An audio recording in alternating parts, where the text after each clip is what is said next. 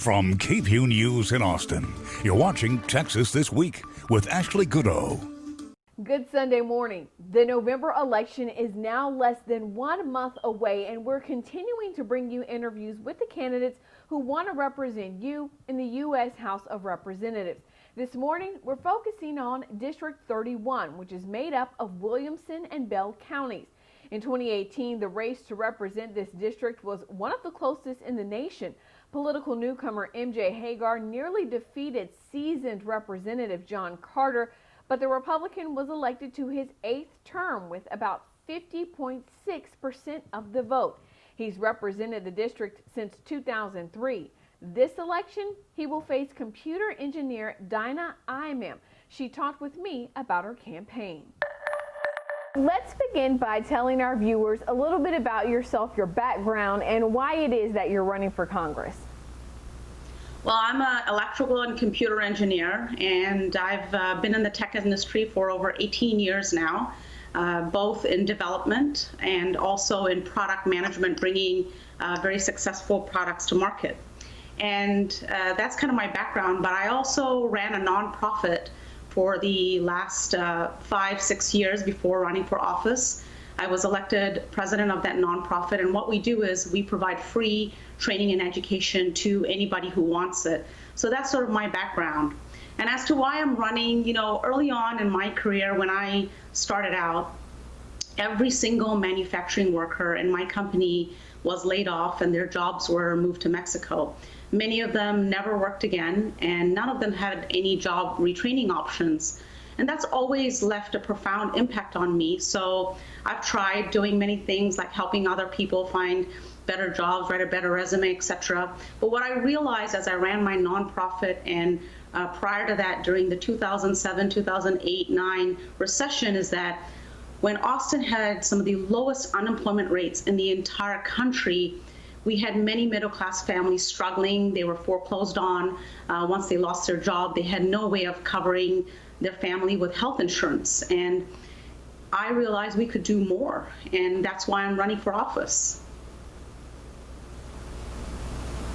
As you know, in 2018, the race for the District 31 seat was one of the closest in Texas, even closer than the U.S. Senate race between Senator Ted Cruz and then Congressman Beto O'Rourke. But Representative John Carter still came out on top. He defeated MJ Hagar by about 3 points. Now, he has represented this district since 2003. So what makes you think that you can flip this seat?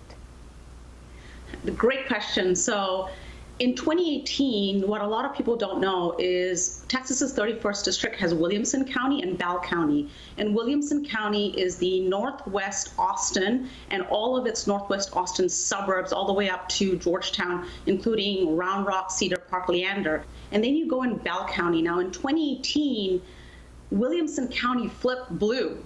So this tiny 3% gap needs to be closed in Bell County. What a lot of people are not aware of is Bell County is a majority minority district, which means majority of the people who live in Bell County are Black Americans, they are Latino Americans, Hispanic Americans, and they're Asian Americans. And many of the underserved communities of Bell County have never been asked for their vote. No one has never knocked on their door. Well, in the primary, our campaign knocked on more doors than all the other primary candidates together. We engaged with voters in a way that they've never been engaged before. And after the pandemic, we talked to them over the phone to try to understand what their challenges are. And we're engaging them in a way that they want to be part of change. We're listening to their challenges. The platform that I'm running on is focused on the needs of this district. And I believe by showing the results, if you look at the Democratic primary turnout in 2020 on March 3rd, the increase in the rate of voter turnout growth was 233%. And if you compare it to every other district that runs through Austin, Texas's 31st district had the highest rate and increase of voter turnout, of all the other 6 districts that represent parts of Austin. That is why we believe that we will flip this district and we will bring new representation, because the people of this district are demanding change. If you are elected to Congress, what would be your top priority? Well, prior to the pandemic, when I quit my job in January 2019 and spent 6 months researching this district, talking to people and listening to people and organizations about what their needs are, what I heard over and over and over again is the economic insecurity that is faced by people in this district. Even if you have a good job, that many people in this district are unable to live on their own, in their own home. They still have roommates. And they're like, okay, right now I have a decent job. I can pay my bills, but at any time I get laid off, I don't know what will happen. I don't have enough savings to sustain myself the 3 months or 6 months that it requires to find a new job, and I don't know if I'll be able to find one. So some of the reasons that these huge economic anxiety is felt by people in my district is because of the cost of healthcare, the cost of being able to afford rent or a mortgage, the cost of education. Property taxes have skyrocketed in this district, childcare, whereas wages and benefits have. These are the things that I will focus on, and I am proposing healthcare for all, which is one of my top priorities, which focuses on covering every single person in our country by lowering the cost of healthcare, increasing the number of physicians, primary care physicians specifically, and nurses in our healthcare system to address the issue from a primary care standpoint, not using ER as our first line of defense where our expenses go up. So that is one of the key things I'm focusing on. The second key thing I'm focusing on is getting to debt-free graduation for students, whether that's a 2-year college, trade school, 4-year college.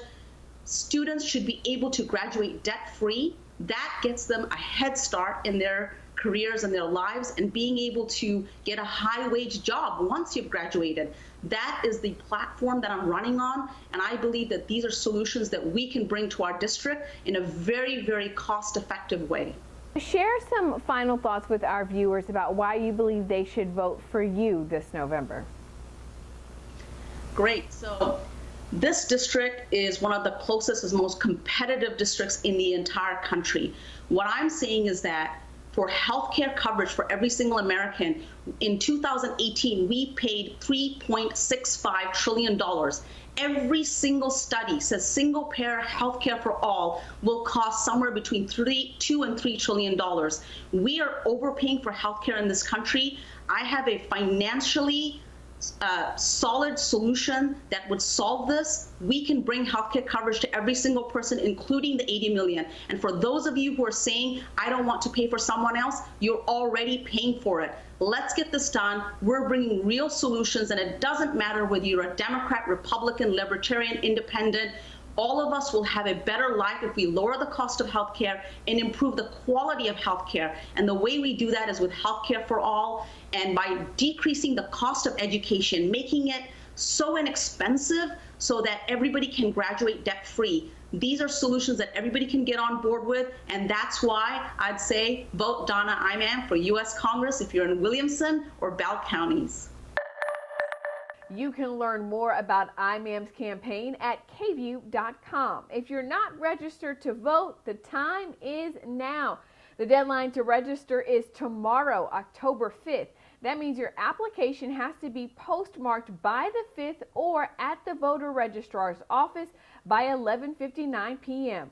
Early voting starts October 13th and runs through the 30th. Election day is November 3rd. That's Texas This Week.